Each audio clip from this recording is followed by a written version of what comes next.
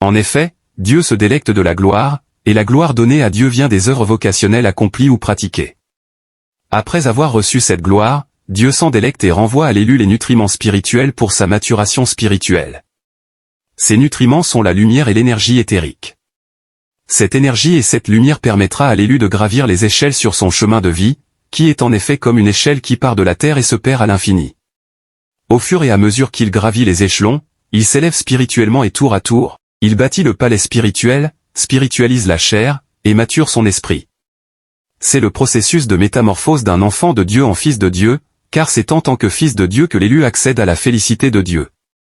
On entre dans son chemin de vie en tant qu'enfant de Dieu et on en sort comme fils de Dieu, avec la carrure et la posture d'homme parfait.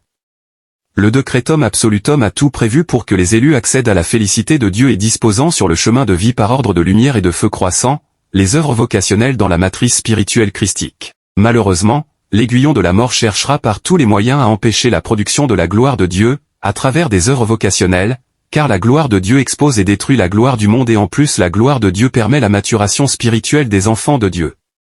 Lorsque l'éclat de la lumière et de la sainteté de l'élu produira une illumination d'allure christique, l'aiguillon va lâcher prise, et l'enfant de Dieu atteindra le niveau d'un fils accompli et c'est la fin de l'initiation, il est actuellement fils de Dieu, et a accès à l'héritage promis aux élus. Pour éviter de perdre la mainmise sur les brebis de Jésus-Christ, le monde actionne le levier du manichéisme belliciste hégémonique à travers les réclamations telluriques rémanentes.